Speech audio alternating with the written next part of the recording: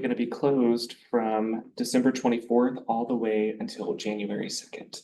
So we are, I know, it's exciting, right? So before we get started today, I do want to take a moment to recognize Miss Anna. I do have a quick bio that we pulled from online, so I hope that's okay. Yeah, So Miss Anna is a practicing counselor, is at the Bilingual Counseling Services, correct? yes. Okay. She's dedicated to helping individuals achieve mental well-being, specializing in cognitive behavioral therapy, and focuses on guiding clients through challenges such as depression, anxiety, trauma. So with her extensive expertise as a counselor, we're excited to gain some valuable insights on our advocacy. So I want to welcome Anna Diaz to come up and give our presentation today.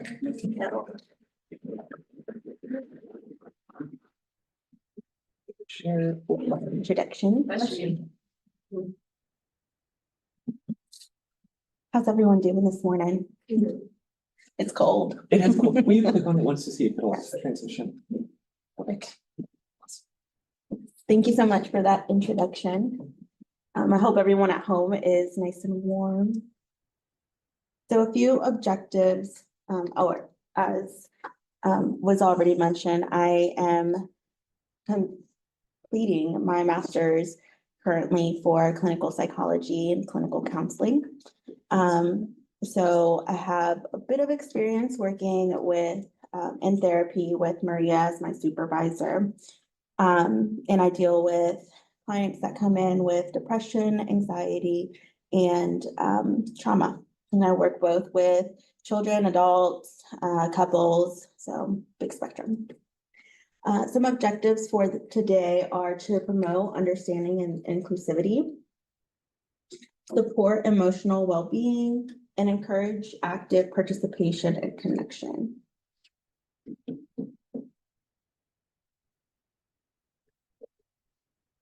So starting from the beginning, right? It's important to understand holiday traditions. So whether that's the traditions we're sharing at home or where that child has already experienced those, right? So whether that's learning what their culture is, what maybe they don't celebrate Christmas and at your house, you do celebrate Christmas. Respecting those traditions, wanting to understand what have you done before. Share inclusive stories. I know a lot of people like to read a book about those traditions, just to understand a little bit better. And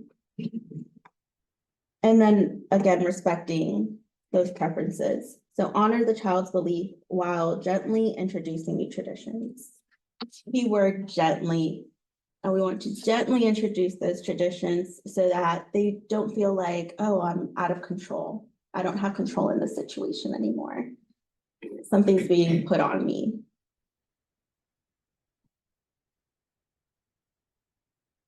So addressing grief and loss. Acknowledge feelings, validate the child's emotions of loss or sadness during the holidays. Create a safe space. Provide opportunities for the child to express their emotions freely. And offer some reassurance. Provide stability and support during emotionally challenging moments. I like to remind everyone that grief isn't limited to losing someone through death, right? It may manifest with significant life changes, maybe reflecting an adjustment or sense of longing. They may grieve how the holidays were the year previous to this one, or maybe a few years ago,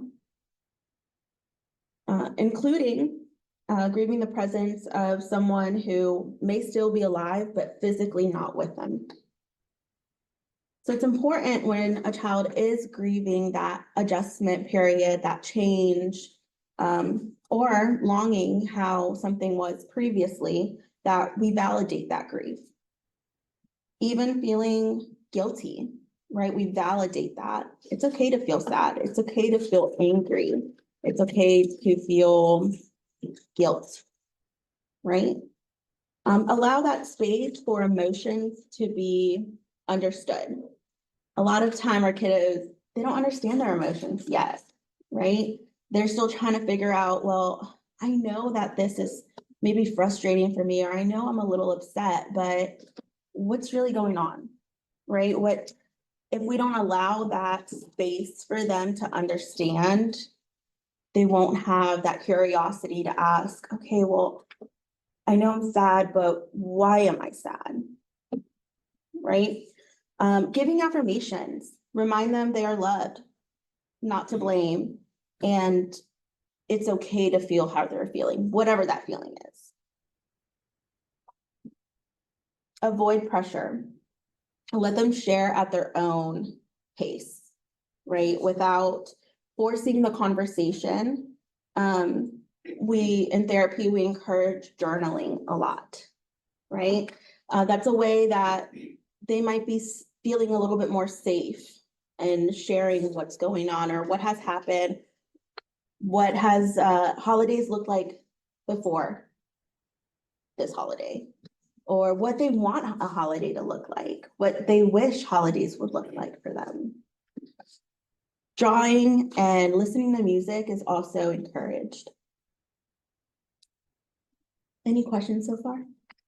No, not yet. But Yes. friendly reminder for everybody that is attending via Zoom, you're welcome to drop the question in the chat and we'll ask it for you. Yes. So how do you get, for example, we have 9-year-olds. Mhm. How do you get a 9-year-old to journal? I mean, that, to me, I've seen some of that they're encouraging them to journal. Yeah. I don't think at 9 years old I was ready to journal. Yeah, great question. So is everybody in the chat able to hear the question? Okay, awesome. So at 9 years old or anything between, I'd say 5 to 13-ish, it is challenging to get them to want to journal.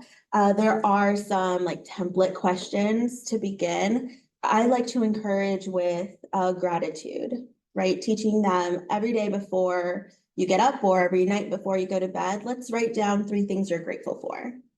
And that's journaling in itself.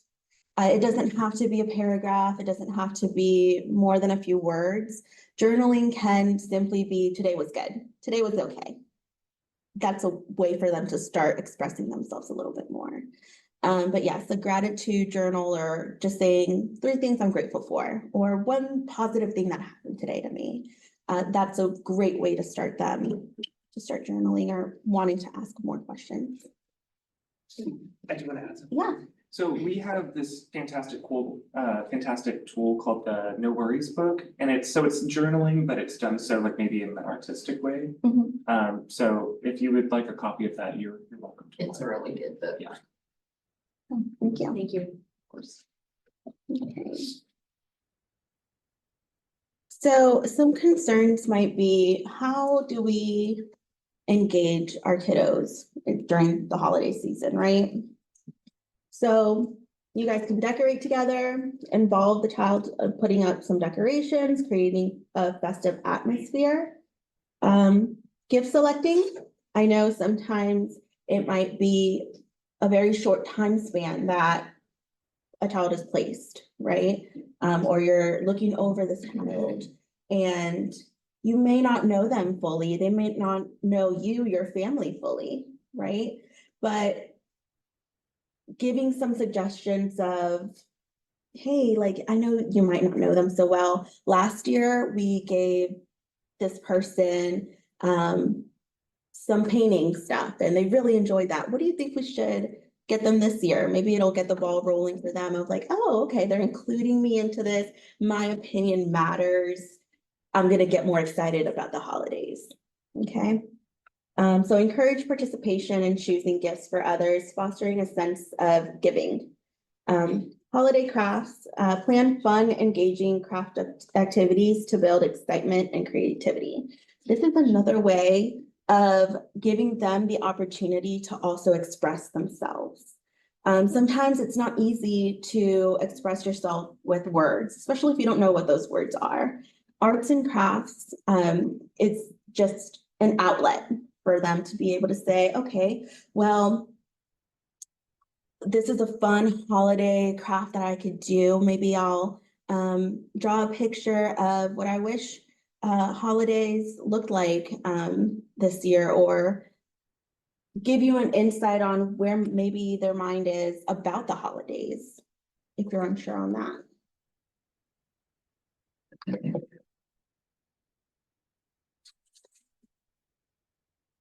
So managing holiday triggers.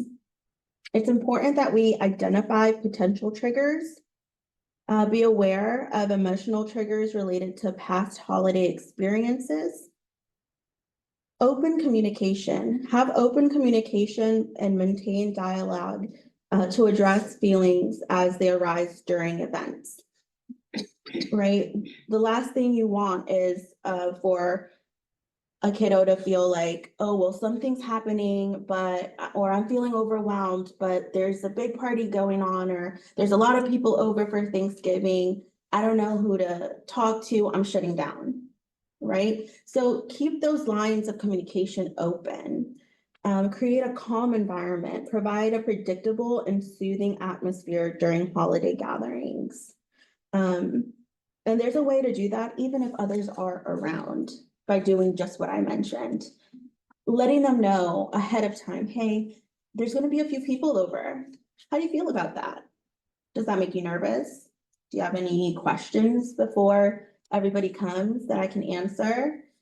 If you have questions or concerns while everyone's here, I want you to feel comfortable enough to just pull me to the side, right? Having that open communication with them. So why this is important? Well, it helps to reduce anxiety, knowing they won't be pushed into a conversation or pushed into uncomfortable interactions. It encourages self-reflection by asking them to identify their needs, right? If we ask a child like, hey, what are some emotions that you have felt about holidays in the past? You're telling them to kind of self-reflect, right? You're teaching them that new skill that could be very beneficial for their future. Ask, what are some boundaries? What are some boundaries you have, right? You're giving them the control of deciding what's okay with me and what do I think is not okay with me. Maybe a boundary they put is, well, if we have people over, I would like for an adult to accompany me to the restroom. That's a really good boundary that sometimes as adults, we say, oh, the bathroom's just down the hall, but they might not be comfortable in going by themselves, right? So just noticing that and knowing that it's okay for them to set boundaries and giving them that comfortability. Then this also helps foster resilience. So when children feel heard and supported, they develop confidence and are able to navigate any other challenge. With managing triggers, one approach I like to take, and I encourage those in therapy, is if a child comes and asks you something or wants to talk to you or seems apprehensive, but you could tell there might be things going on, we do the ask if they need a listening ear, a supportive ear, or help problem solving, right? So what does this do? Well, it gives that child the mindset of, okay, this is a safe place to ask a question, or this is a safe place to ask for help in problem solving, or this is a safe place for the individual I'm trying to talk to just to listen, right? So it gives them more of that sense of control in that conversation and allows them to speak freely, openly, address anything that they might be wanting to address. Any questions?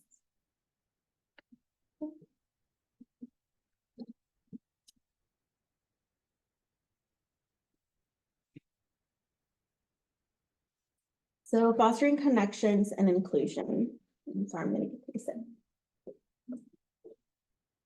So some inclusive activities, as already mentioned,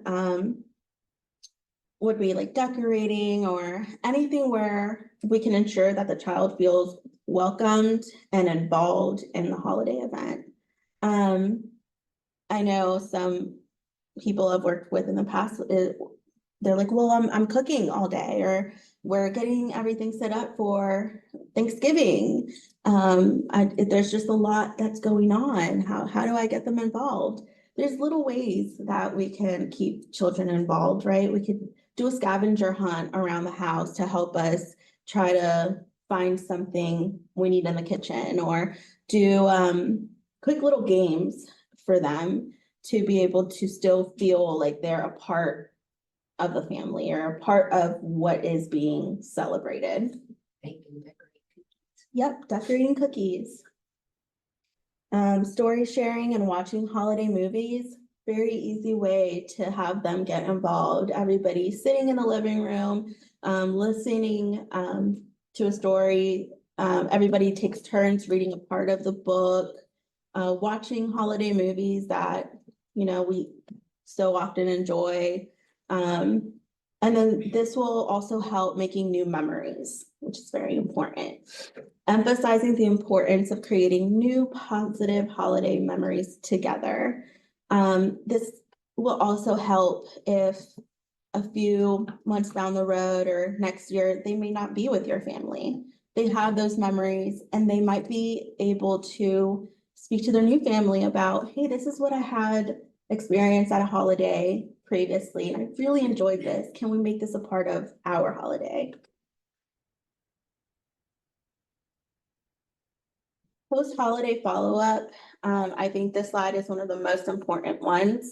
We often get into a 2-month-long, 3-month-long, just go, go, go, holiday prepping, holiday celebrating mindset. And then it's a little difficult to go back to a routine that we had beforehand, or starting a different, like a whole new routine, right?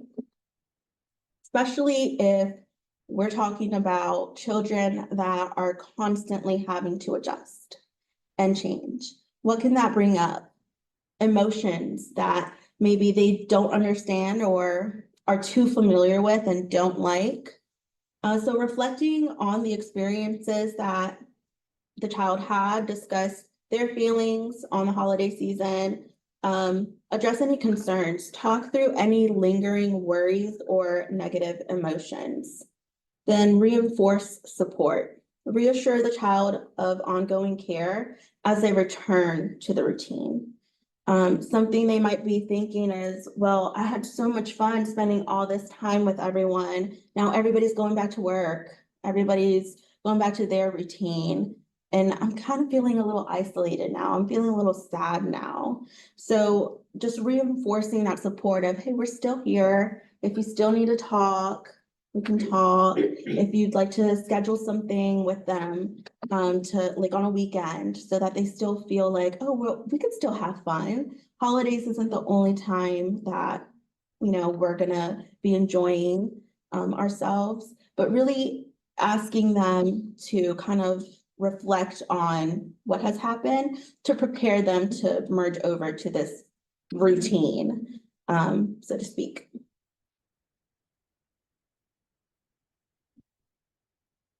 And creating lasting impact for any time of year. It's important to be empathetic with our kiddos, understand and address the unique needs of the child or children that you're with. Provide consistent emotional support throughout the holiday season, but outside of the holiday season as well, right? Positive memories, create joyful experiences that foster resilience and hope. So as CASA advocates, you have the power to transform the holiday experience for children. By implementing these strategies, you can create a supportive, inclusive environment that addresses their unique needs and builds lasting positive memories. So what can be done if further assistance is needed? right? Because this is just a quick little PowerPoint and it doesn't answer all of our questions. So find a group community that can help. Speak to others who have lived through similar experiences. Maybe your family would like to find a spiritual or religious group that may help. Or you may talk to a professional. So, and something I'd like to remind is therapy. I know sometimes it was brought up that children have their own therapist through CPS that's given, but sometimes as the volunteers, we need therapy as well, right? We need someone to talk to. We need someone to, relay our thoughts with or just bounce ideas off with. So know that you have resources. And if anyone's interested in any book, there is one by Patrick Holes at our table. And What Do You Celebrate by Whitney Stewart, that I find are really good for school age children to just read with you so Can that. you say that one more time?